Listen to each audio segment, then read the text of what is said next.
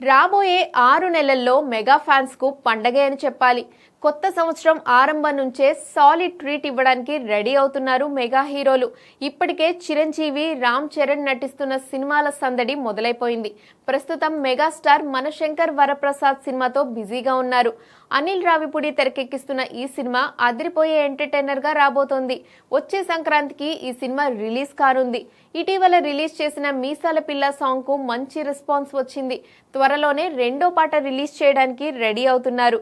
ఇక చిరు తర్వాత రామ్ చరణ్ నటిస్తున్న పెద్ది సినిమా మార్చ్ లో రిలీజ్ కాబోతోంది.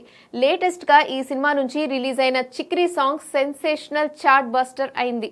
ఈ సినిమా నుంచి సెకండ్ సింగిల్ ను న్యూ ఇయర్ గిఫ్ట్ గా రిలీజ్ చేయాలని అనుకుంటున్నారు. కానీ మనశంకర్ వరప్రసాద్ గారు కోసం వెనక్కి తగ్గినట్టు తెలుస్తోంది. అప్పటికి చిరు మూవీ ప్రమోషన్స్ ఫుల్ స్వింగ్ లో ఉంటాయి. కాబట్టి వరప్రసాద్ రిలీజ్ అయ్యాక పెద్ది అసలు సిసలైన ఆట మొదలు పెట్టాలని చూస్తున్నారు. కానీ పవర్ స్టార్ మాత్రం దూసుకొస్తున్నారు.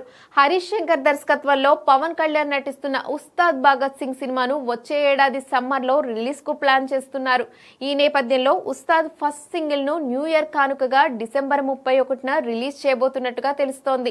అక్కడ నుంచి చిరు, చరణ్, పవన్ సినిమాల రచ్చ మామూలుగా ఉండదనే చెప్పాలి. ముందు మెగాస్టార్ థియేటర్లోకి వస్తే ఆ తర్వాత రామ్ చరణ్, పవన్ కళ్యాణ్ సందడి చేయనున్నారు.